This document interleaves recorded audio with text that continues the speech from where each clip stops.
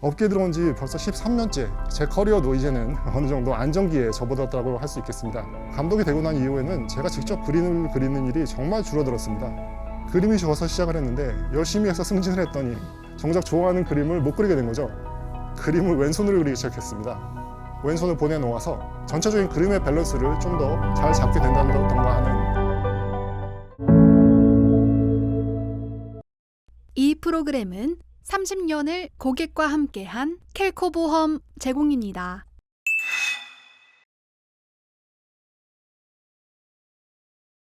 저는 어릴 때부터 그림을 굉장히 좋아하는 아이였습니다. 항상 만화가 꿈이었고요. 하지만 저는 미술 전공을 하지는 못했습니다. 고등학교 1학년 때 미대를 보내기에는 성적이 너무 좋다는 담임 선생님의 반대에 부딪혀서 미대 입시는 시작도 못 해보고 이과에서 제일 그림을 많이 그릴 것 같은 건축공학과로 진학을 했습니다. 재미가 없지는 않았지만 그래도 제 스케치북에는 건물 그림보다는 만화 낙서가 훨씬 많았습니다. 또 졸업 후에 건축기사로 3년 동안 일을 해보기도 했지만 공사 현장을 관리하는 일이 전혀 적성에 맞지는 않았고요. 하지만 불행 중 다행인지 건축과에서는 CAD, 컴퓨터 에이드 디자인과 CG 모델링 그리고 렌더링 프로그램을 배울 수 있었고, 또 때마침 픽사가 니모를 찾아서 또 몬스터 주식회사 같은 굉장한 걸작들을 막 내놓기 시작한 때라서 나도 건축 관련 CG는 좀 배워봤는데 저런 것도 배우면 할 수 있지 않을까 싶었습니다. 결국 다니던 건설회사를 그만두고 1년 동안 미술학원 다니면서 포트폴리오를 준비한 끝에 UCLA 영화대학원에 있는 애니메이션 석사 과정에 합격을 해서 미국 유학기를 올렸습니다. 그때 처음 나오기 시작한 베어울프, 또 아바타 같은 3D 영화들의 큰 충격을 받고 이게 영화의 미래구나 하는 생각에 그때는 학교에서 아무도 가르쳐주는 사람도 없는 3D 기술을 독학을 해서 졸업작품을 3D로 만들고 단편 영화제들에서 상을 받기도 했습니다.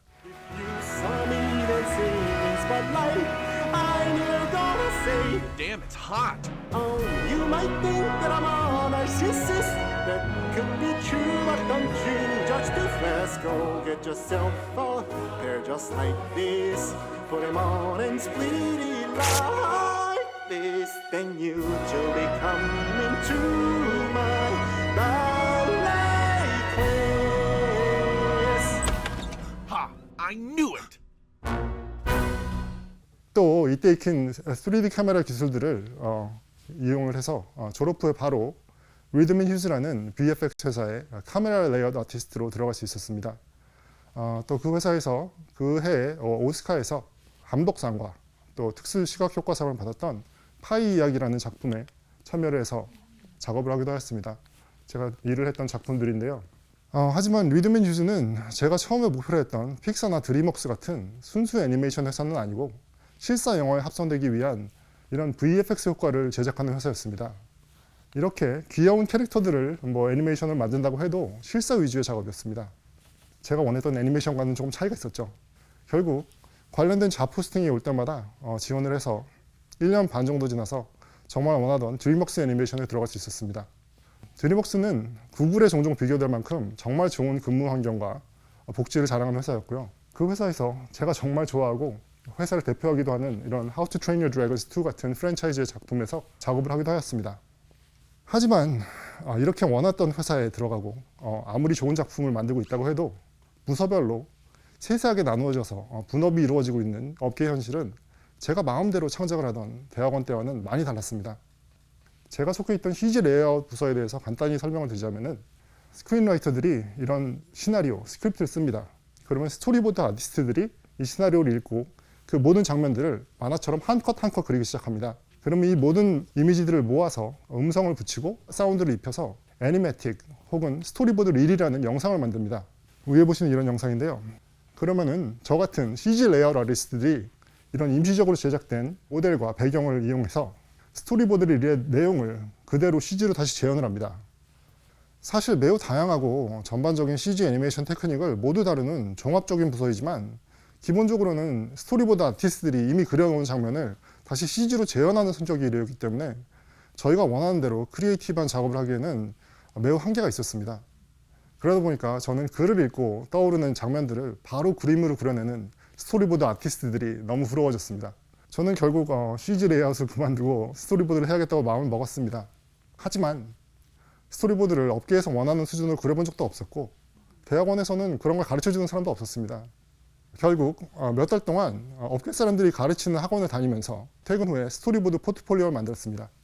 또 이거를 회사에 아는 모든 인맥을 동원해서 리크루팅 담당자에게 밀어 넣었습니다. 그때는 무슨 자신감인지 너는 CG도 진짜 잘하고 스토리보드도 너무 잘 그리는구나 하면서 바로 부서로 옮겨줄 거라고 생각을 했는데요. 사실 사람을 뽑고 있지도 않은 부서로 옮겨주지는 않더라고요.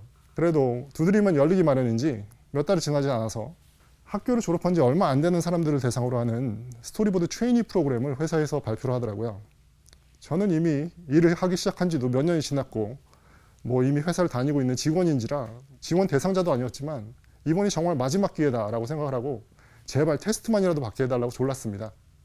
그래서 한 줄짜리 간략한 설명을 가지고 100컷짜리 스토리보드를 그리는 테스트에서 수백 명의 지원자 중에 거의 1, 2등을 다투는 성적으로 합격을 하였습니다. 학부를 갓 졸업한 23살, 24살 되는 친구들 사이에서 스토리보드 트레이니, 사실상 인턴으로 다시 시작해서 저는 드디어 제 손으로 그림을 그리는 일을 할 수 있게 되었습니다.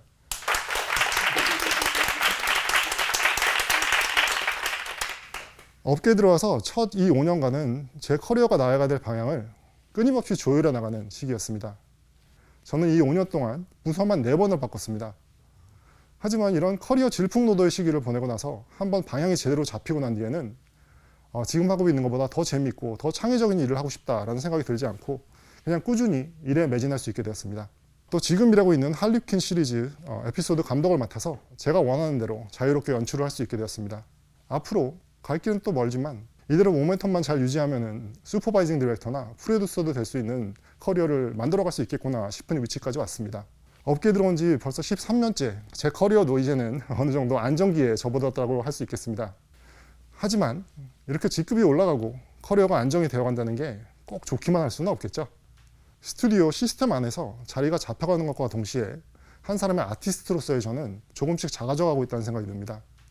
정말 바쁜 스케줄로 돌아가는 TV 애니메이션 업계에서 일을 잘하는 감독이라는 것은 사실상 아티스트라기보다는 중간 관리자에 가깝습니다. 각 팀원들의 능력을 잘 파악하고 또 어렵거나 중요한 장면들을 미리 잘 잡아내서 세밀하게 지시를 하고 또 최소한의 수정만을 통해서 시나리오에서 의도한 바를 관객에게 가장 잘 효과적으로 전달할 수 있는 작업을 끌어내는 것이 저의 역할입니다. 사실상 작업은 저의 밑에 있는 아티스트들이 하는 것이고요.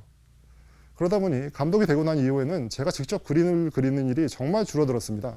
직접 그림을 그린다고 해도 정말 거친 썸네일을 그려서 제가 원하는 구도와 연출을 이렇게 전달을 하고 또 이렇게 아티스트들이 제출한 스토리보드에서 제가 마음에 들지 않는 부분만 살짝 수정을 하거나 아니면 노트를 남기는 식으로 지시를 하는 정도입니다. 또 그 이상 할 수 있는 시간적 여유도 잘 없습니다.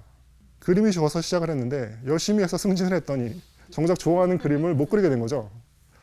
또 아무리 인기 있고 재미있는 작품을 만들고 있다고 해도 결국 회사에서 시키는 일을 계속 하다 보면은 나도 내 아이디어로 또 내 그림으로 세상을 감동시킬 작품을 만들어야 되는데 라는 욕심이 계속 들 수밖에 없습니다.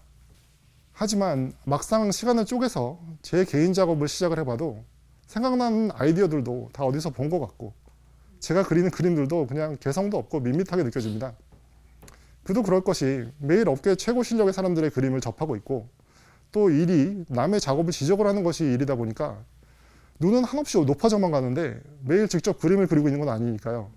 제 그림 실력은 감독 되기 전보다 오히려 더 못해졌습니다.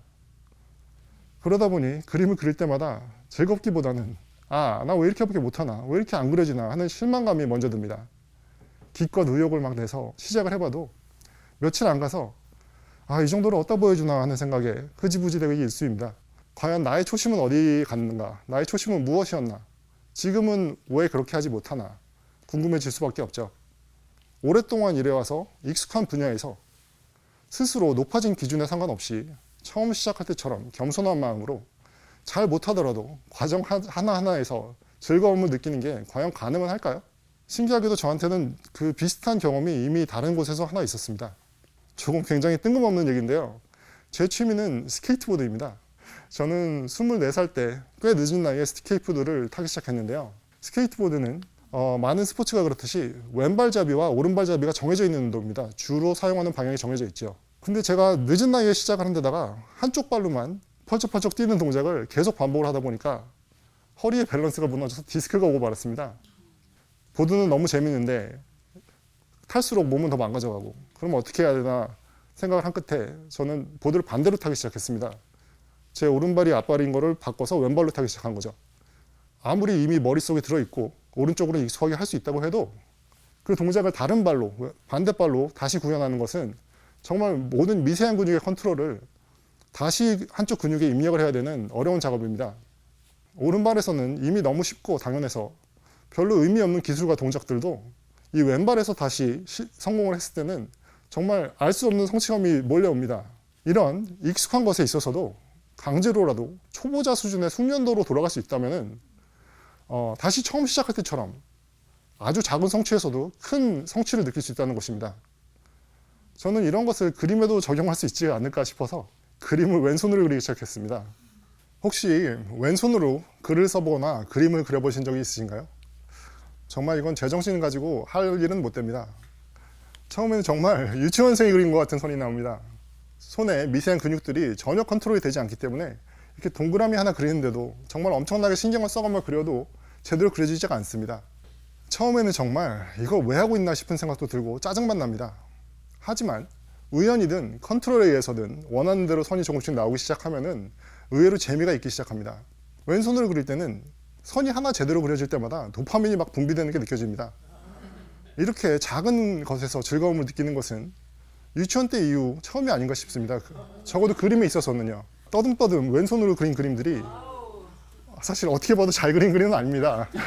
저의 오른손에 비해서는요. 하지만은 이렇게 못 그렸다고 실망하기보다는 왼손으로 이 정도 그렸으면 된 거지 하고 그냥 스스로 넘어가집니다. 또 왼손의 컨트롤이 어느 정도 가능해지면은 전에는 생각해보지도 못했던 새로운 작업 방식들이 가능해집니다. 이렇게 아예 왼손에 또 오른손에 양손에 펜을 들고 오른손으로 긋기 불편한 선을 왼손으로 긋는다던가 아니면은 한쪽 손이 한 선을 그리는 동안 다음 선이 시작할 곳에 왼손을 보내놓아서 전체적인 그림의 밸런스를 좀 더 잘 잡게 된다던가 하는 또 새로운 툴과 스킬들이 생기면서 그림을 그리는 데 있어서 재미가 있는 요소들이 훨씬 많아집니다. 하지만 결국 가장 중요한 것은 저에게 그림이라는 것은 어떤 목표를 이루기를 위한 수단이라기보다는 그저 이렇게도 해보고 저렇게도 해보면서 그 과정을 통해서 매 순간 새로운 즐거움을 또 새로운 가능성을 느끼게 해주는 순수한 유의의 대상이었다는 것을 다시 확인할 수 있었다는 것입니다. 한번 높아진 눈은 낮아질 일이 없고 인스타그램 시대에 다른 사람의 그림과의 비교는 정말 일상의 일부분입니다. 하지만 적어도 지나치게 결과에 집중해서 스스로에게 자꾸 제동을 거는 것이 느껴질 때 사고방식을 전환할 수 있는 구체적인 방법을 찾은 것은 길고 힘든 여정을 함께 할 수 있는 든든한 동반자가 생긴 것 같은 기분입니다. 잘 그려도 마음은 급하고 욕심이 많은 오른손과 또 잘 못 그리지만 느긋하고 낙천적인 왼손의 만남입니다. 여러분들이 일하시는 모든 분야들에서 제가 시도해본 이런 왼손을 쓴다던가 하는 방법이 적용될 수는 없겠지만 이미 너무 익숙해서 무의식적으로 반복하는 일의 방식을 되짚어보고 처음 시작할 때와 같은 열린 시각으로 다시 볼 수 있게 해주는 방법들을 또 그것들이 무엇이 있을지를 각자 한 번씩 찾아보는 것은 그 자체로 의미가 있는 일이 아닐까 싶습니다. 제가 준비한 얘기는 여기까지고요. 장황한 이야기 경청해 주셔서 감사합니다. 이 프로그램은 30년을 고객과 함께한 켈코보험 제공이었습니다.